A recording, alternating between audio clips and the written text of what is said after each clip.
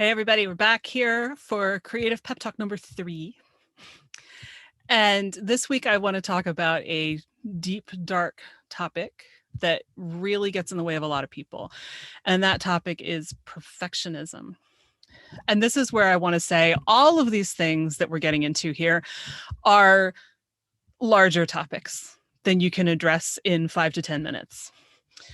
For some people, they may even be the kind of thing that you need a little help from a therapist about, depending on where they come from.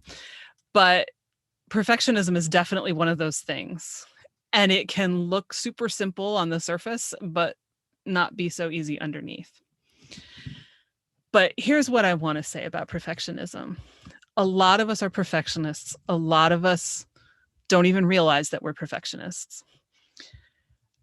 I didn't realize that I was a perfectionist until I realized that one of the things that perfectionism can do is make you not want to start things because you are afraid they will not be good enough. So it's not necessarily just the person who runs around and does everything, but makes themselves absolutely crazy over every single little detail and measuring whether things line up correctly, and everything has to be absolutely perfect down to the very last second. That is definitely perfectionism. But it can also be, I'm never going to get this right, so I'm not going to do it at all. And I'm sure that there are other ways that comes up for a lot of people too, but those are two really big ones.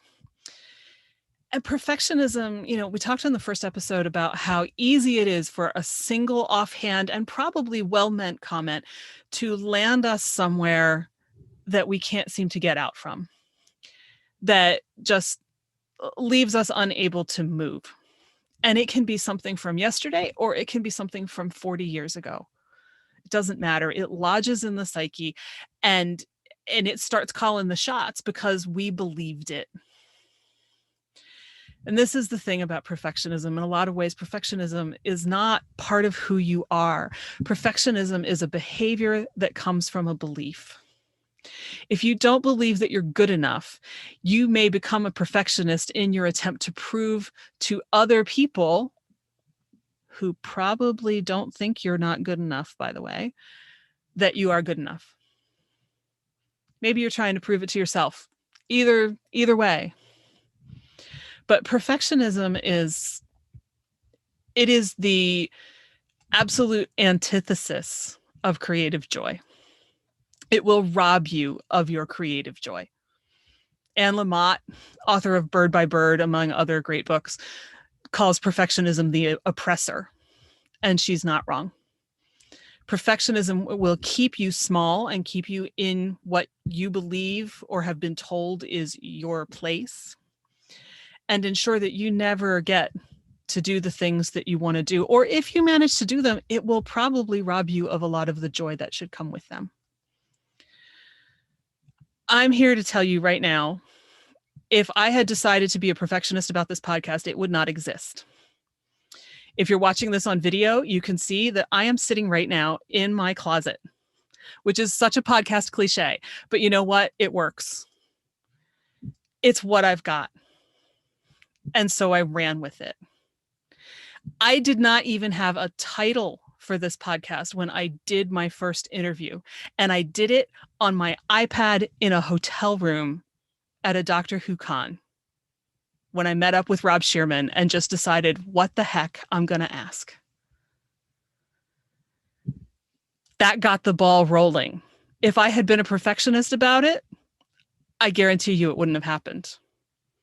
And maybe by now, because that was almost 3 years ago, maybe by now something would have happened. But it wouldn't have happened so soon, and it wouldn't have happened like it did. And it wouldn't have freed me up to have as much fun with it. I mean, that's the thing. Perfectionism deprives you of fun. It deprives you of joy. It keeps you in a little box and makes you miserable. So the tricky thing with perfectionism is that most perfectionists have a hard time believing that there's any other way to do things. You may need to make yourself a permission slip, like we talked about last time, that is specifically tailored to, I have permission to fail. I have permission to produce something that is not what I wanted or not what I expected. I have permission to evaluate that thing on its own merits rather than the perfect Michelangelo type image that I had in my head when I started sculpting this piece of stone. Figure out where your particular bits of perfectionism come from and what they're about. There may be more than one. There probably is more than one. But even if you just come up with one, it's a great first step. And I hope you'll take it. Give yourself permission to do it badly. Do it badly deliberately. Seriously, sit down and write something bad just for kicks. Remember how much fun you had doing Mad Libs as a kid and they made no sense? Think of it like doing Mad Libs, right? You're not trying to do something good. You're trying to do something that's probably terrible, but at the very least, you can probably get a laugh out of it. And even if you don't get a laugh out of it, you've done something. Done is always better than perfect. Because then you feel the accomplishment and that propels you on to something else. So even if you just manage to get yourself to be 5% freer about what you want to do, 5%, decide that it only has to be 95% perfect. That's a great first try, especially if you can be okay with the imperfections. Bonus points if you can see what's awesome about the imperfections, how they give something character or, a little bit of extra weight, extra joy because you did it. So give it a try. Again, let me know how it goes. You can find me on Instagram, Facebook, Twitter.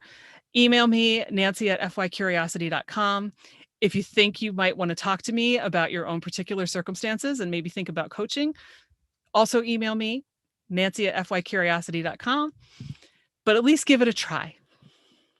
I promise you will learn something valuable from the experience, even if that thing is just that the world won't fall apart because the thing you did was only 95% perfect. All right, go for it. Let me know what happens. See you next time.